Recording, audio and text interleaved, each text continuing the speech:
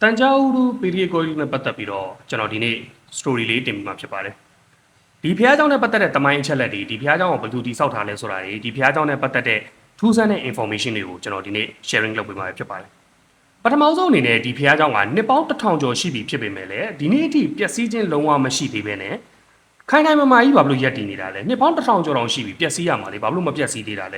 ပြီးလိုက်ဆိုလို့ရှိရင်ဒီဖျားเจ้าကိုဘယ်သူကတိစောက်ခဲ့တာလဲဘာအတွက်ကြောင့်တိစောက်ခဲ့တာလဲဘာရွေချက်နဲ့တိစောက်ခဲ့တာလဲပြီးတော့ဒီဖျားเจ้าမှာကျွန်တော်တို့တမန်နဲ့ပတ်သက်တဲ့ကြောက်စရာတွေအများကြီးရှိနေတယ်ဒီကြောက်စရာတွေကရောဘာတွေလဲဆိုတာကိုကျွန်တော်ဒီနေ့ဒီဗီဒီယိုမှာရှင်းပြပေးမှာဖြစ်ပါတယ်။ Okay ပထမဆုံးဒီဖျားเจ้าကိုတိစောက်ခဲ့တာဆိုလို့ရှိရင်လွန်ခဲ့တဲ့နှစ်ပေါင်း1000ကျော်ကနေပြီးတော့ Cholan Empire မှာတိစောက်ခဲ့တာပဲဖြစ်ပါတယ်။ဒီဖျားเจ้าကိုတိစောက်ခဲ့တဲ့ဘုရင်က Raja Cholan ဖြစ်ပြီးတော့သူကလက်ရှိတမိုင်းတစ်လျှောက်လုံးမှာအထူးကျွန်းဆုံးဘုရင်တစ်ပါးလို့ပြောမှဆိုလို့ရှိရင်လည်းမမားဘူးပေါ့နော်။သူ့ရဲ့ history ကိုကြည့်မှဆိုလို့ရှိရင်သူနိုင်ငံပေါင်းများစွာသူတမန်တော်တစ်ခုတည်းမဟုတ်ဘဲနဲ့ပင်လယ်ရေချောင်းနဲ့သူအခြားနိုင်ငံတွေအများစွာကိုလည်းသူတိမ့်ပိုက်နိုင်ခဲ့တဲ့ဘုရင်တစ်ယောက်လည်းဖြစ်တယ်။ဒီလိုအခြေအနေမှာသူကစရီလင်္ကာကိုတိမ့်ပိုက်တဲ့အချိန်မှာသူ့အနေနဲ့သူစရီလင်္ကာကအိုက်ကာကကျွန်တော်တို့ဒီဗုဒ္ဓယူဝါဒကိုကိုးကွယ်နေတဲ့နိုင်ငံတစ်ခုဖြစ်တယ်ပေါ့နော်အဲ့တော့အဲ့ဒီအချိန်မှာသူတို့ဒီနိုင်ငံမှာဗုဒ္ဓနဲ့ပတ်သက်တဲ့ရုပ်ထုကြီးတွေအကြီးကြီးတွေမြတ်စွာဘုရားရုပ်ထုအကြီးကြီးတွေဘုရားကျောင်းတွေကိုသူကတွေ့ခဲ့တယ်ပေါ့နော်တွေ့ခဲ့တဲ့အချိန်မှာသူ့အနေနဲ့ okay သူလည်းဒီသူကိုးကွယ်တဲ့ Lord Shiva အတွက်ကိုသူဘုရားကျောင်းတစ်ခုအကြီးတည်ဆောက်မယ်ဆိုတဲ့ရည်ရွယ်ချက်နဲ့သူသူတို့ရဲ့ချိုးလက်ပြည်နယ်ပေါ့နော်အဲ့ဒီခင်ကအဲ့ဒီချိန်ခါကချိုးလက်ပြည်နယ်အခုလက်ရှိမှာတော့တန်ကြောက်ရုပေါ့နော်အဲ့ဒီတန်ကြောက်ရုမျိုးကိုသူပြန်လာခဲ့တယ်ပြန်လာပြီးတဲ့နောက်မှာသူဘုရားကျောင်းတစ်ခုအကြီးတည်ဆောက်ဖို့အတွက်ကိုသူ plan ဆွဲခဲ့တယ်ပေါ့နော်သူအဲ့ဒီချိန်မှာသူ့အတွက်လုံလောက်တဲ့ budget လည်းမရှိသေးဘူးအဲ့ဒီချိန်ကာလကသူတို့ကစစ်ဖြစ်နေတဲ့ကာလနိုင်ငံတကာကိုသူတက်ပြီးသိမ်းနေတဲ့ကာလဆိုတော့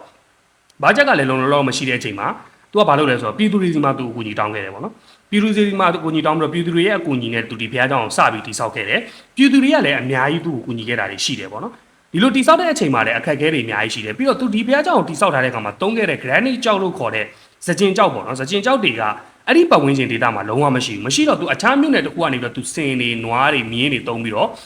ဒီကြောက်တုံးအကြီးတွေပေါ့နော်ဒီကျွန်တော်တို့တန်ကြောက်လူဘုရားကျောင်းကိုကြည့်မယ်ဆိုရင်သိရနိုင်မယ်တော်တော်မှကြီးမားကြောက်တုံးတွေကိုတုံးပြီးတိဆောက်ထားတာပေါ့နော်ဒီနေ့ခေတ်လိုမျိုးကျွန်တော်တို့အုပ်တစ်လုံးစီရတာမျိုးမဟုတ်ပဲねကြောက်တုံးအကြီးတွေကိုတုံးပြီးတိဆောက်ခဲ့တာဖြစ်တဲ့အတွက်ကြောင့်မလို့ဒီကြောက်တုံးတွေကိုသူတို့အဝေးရနေတည်လာတဲ့အခက်အခဲတွေလည်းအများကြီးကိုကြော်ပြတ်ပြီးတော့သူတို့ဒီဘုရားကျောင်းကိုစပြီးတော့တိဆောက်ခဲ့တယ်ပေါ့နော် Okay ဒီဘုရားကျောင်းကိုသူတို့တိဆောက်ပြီးတဲ့အခါမှာဒီဘုရားကျောင်းရဲ့ပုံထဲမှာဆိုလို့ရှိရင်မြင်ရတဲ့ဒီဘုရားကျောင်းထိပ်ကဂေါဘရုံထိပ်မှာပေါ့နော်ဘုရားကျောင်းဂေါဘရုံထိပ်မှာတင်ထားတဲ့ကြောက်တုံးကြီးပေါ့နော်ဒီကြောက်တုံးကြီးရဲ့တန်ချိန်80ကျော်လောက်ရှိတယ်လို့ပြောကြတယ်ဒီတန်ချိန်80လောက်ရှိတဲ့ကြောက်တုံးကြီးကိုတွားပြီးတော့ဒီဂေါဘရုံထိပ်မှာဘယ်လိုတွားပြီးတော့တင်ထားလဲဆိုတာလည်းတော်တော်များများမသိကြဘူးပေါ့နော်တချို့တွေကလည်းဗာပြောလဲဆိုတော့ဒီကြောက်တုံးကြီးကိုတင်ဖို့တော့ကိုဘယ်လိုနည်းလမ်းတွေသုံးခဲ့တယ်ဆိုတော့ဒီ theory တွေပေါ့နော်အများကြီးရှိခဲ့တယ်ဒါပေမဲ့ဘယ် theory မှအခိုင်အမာအထောက်ထားပြနိုင်ခဲ့တာမျိုးလုံးဝမရှိသေးဘူးပေါ့နော်တချို့ကြောက်လဲဗာပြောလဲဆိုတော့ဒီကကြောက်တုံးတုံးနဲ့မဟုတ်ဘူးကြောက်တုံး၄-၅တုံးကိုခွဲပြီးတော့မှတင်သွားပြီးတော့မှဟိုအပေါ်မှာသွားပြီးတော့စတ်ထားတာလို့လည်းပြောကြတယ်ပေါ့နော်ဒါပေမဲ့တော်တော်များများရဲ့ခံယူချက်ကတော့ဒီကြောက်တုံးကဒါကြောက်တုံးတုံးနဲ့ပဲဒါကိုသူတို့တည်ယူရတဲ့နီးလန်းကိုတော့ဘယ်သူမှမသိသေးဘူးလို့ခံယူကြတယ်ပေါ့နော်ဒီလိုအခြေအနေမှာကျွန်တော်တို့ဒီတန်ကြောက်ရုဘုရားကျောင်းနဲ့ပတ်သက်ပြီးတော့ဒီနေ့ခေတ်ဒီချိန်ထိလည်းပြိုကျပျက်စီးတာတွေလုံးဝမရှိတဲ့ပြင်ဒီနေ့ထိဒီ Seven Lord Shiva ကိုကိုးကွယ်နေတဲ့ဘုရားကျောင်းတစ်ခုအနေနဲ့တမနာတုမှာတည်ရှိနေတယ်ပြီးတော့ဒီဘုရားကျောင်းစောက်ခဲ့တဲ့ Raja Cholan ကသူကတမန်ပေါ်မှာရှိတဲ့သူ့ရဲ့စိတ်ထားပေါ့နော်သူတမန်ပေါ်မှာရှိတဲ့သူ့ရဲ့ respect ကဘယ်လောက်တောင်ကြီးမားလဲဆိုလို့ရှိရင်သူဒီဘုရားကျောင်းကိုစောက်တဲ့ scale ပေါ့နော်အတိုင်းအတာကအစသူတမန်စကလုံးနေနဲ့တိုင်းတာပြီးသူစောက်ခဲ့တယ်ပေါ့နော်ပြောရမယ်ဆိုလို့ရှိရင်ဒီ Siva Lingam ဆိုလို့ရှိရင်12ပေမြင့်တယ်ပေါ့နော်12ပေမြင့်တယ်ဒီ12ပေရဆိုလို့ရှိရင်ဘာနဲ့တွားတူလဲဆိုလို့ရှိရင်တမန်လက်ခရာတွေပေါ့နော်တမန်လက်ခရာတရအခရာတွေနဲ့တွားတူတယ်တရအခရာ12လုံးရှိတယ်တမန်မှာဆိုလို့ရှိရင်အဲ့ဒါနဲ့တွားတူတယ်ပေါ့နော်ပြီးတော့ဒီ Siva Lingam တင်ထားတဲ့ဒီဘီရုံပေါ့နော်ဒီအောက်ခံဆိုလို့ရှိရင်ကျတော့18ပေမြင့်တယ်ပေါ့နော်18ပေမြင့်တယ်အဲ့ဒါကျတော့ဘာနဲ့တွားတူလို့ရှိရင်ဘီးအခရာပေါ့နော်တမန်လက်ခရာမှာဘီးအခရာ18လုံးရှိတယ်အဲ့ဒါနဲ့တွားတူတယ်ပြီးသွားပြီဆိုလို့ရှိရင်ဒီဖျားเจ้าရဲ့ဂေါဘုံအမြင့်ပေါ့နော်216ပေမြင့်တယ်ဒီ216ပေကဘာနဲ့တွားတူလို့ရှိလို့ရှိရင်ဒီတမန်လက်ခရာမှာရှိတဲ့တရဘီးအခရာပေါ့နော်216လုံးရှိတယ်အဲ့ဒါနဲ့တွားတူနေတယ်ပြီးတော့ဒီစတီဗန်လင်ကွန်ကနေပြီးတော့သူ့ရဲ့အရှိမနန်တီရုပ်ထုရှိတယ်ပေါ့နော်နွားဒီSeven Lord Shiva ရဲ့နွားပေါ့နော်စီးတော်ရင်နွားရှိတယ်အဲ့ဒီနန်ဒီရုပ်ထုရှိတဲ့နေရာအထီးကကြတော့218ပေကွာဝေးတယ်ပေါ့နော်ဒီ scale ကဆိုလို့ရှိရင်လည်းတမန်မှာရှိတဲ့အခရာတွေအကုန်လုံးစုပေါင်း218လုံးနဲ့တွားပြီးတော့ညီနေတယ်အဲ့တော့ဒီဖျားကြောင်စောက်ခဲ့တဲ့အခါမှာသူကဒီတမန်အရေးအတွက်တမန်စကလုံးတွေကိုထည့်ပြီးတော့သူစောက်ခဲ့တယ်တမန်ပေါ်မှာသူ့ရဲ့ထားတဲ့စိတ်ထားကိုလည်းသူပေါ်လွင်အောင်တိစောက်ခဲ့တယ်ပေါ့နော်ဒါတပိုင်းပြီးသွားပြီဆိုလို့ရှိရင်နောက်တစ်ပိုင်းမှာဆိုလို့ရှိရင်ဒီဖျားကြောင်တစ်ခုလုံးကကြောက်စာတွေကျွန်တော်တို့ဖျားကြောင်ကိုပတ်ကြည့်မယ်ဆိုလို့ရှိရင်ပတ်လည်မှာသူ train ထားတဲ့ကြောက်စာတွေအများကြီးတွေ့လိမ့်မယ်ဒါပေမဲ့ဒီကြောက်စာတွေကဘာလဲဆိုတာကိုအရင်ခေတ်ကဘယ်သူမှမသိကြဘူး ဒါပေမဲ့နောက်ပိုင်းဒီຢာတွေကိုလေးလာတဲ့နောက်ပိုင်းမှာဘာတွေသိလာလဲဆိုလို့ရှိရင်ဒီကြောက်စာတွေကရာဂျာချောလန်ကိုကူညီခဲ့တဲ့လူတွေရဲ့တယောက်ချင်းစီရဲ့နာမည်တွေသူတို့ဘာတွေကူညီခဲ့လဲဆိုတာတွေကိုအသေးစိတ်ထွင်းထူထားတယ်ဆိုပြီးသိခဲ့ရတယ်ပေါ့နော်အဲ့တော့ရာဂျာချောလန်ကသူကဘယင်တစ်ပါးဖြစ်တယ်ဒါပေမဲ့သူ့အနေနဲ့သူနာမည်အကုန်လုံးသူယူသွားလို့ရပြီမဲ့သူတယောက်တည်းနာမည်မယူသွားပဲနဲ့သူ့အနေနဲ့ဒီနာမည်တွေအကုန်လုံးကိုသူထည့်သွင်းခဲ့တယ်ပေါ့နော်သူ့ကိုကူညီခဲ့တဲ့လူတွေရဲ့နာမည်တွေကိုသူဖော်ပြခဲ့တယ်ဒီဖျားเจ้าမှာသူအကုန်လုံးအတွက်နေရာတစ်ခုနာမည်တစ်ခုကိုသူပေးခဲ့တယ်ပေါ့နော်အဲ့အတွက်ကြောင့်မလို့ရာဂျာချောလန်ကဒီတမန်ဘယင်တွေထဲမှာအောင်မြင်ဆုံးဘယင်တစ်ယောက်ဖြစ်ခဲ့တယ်လို့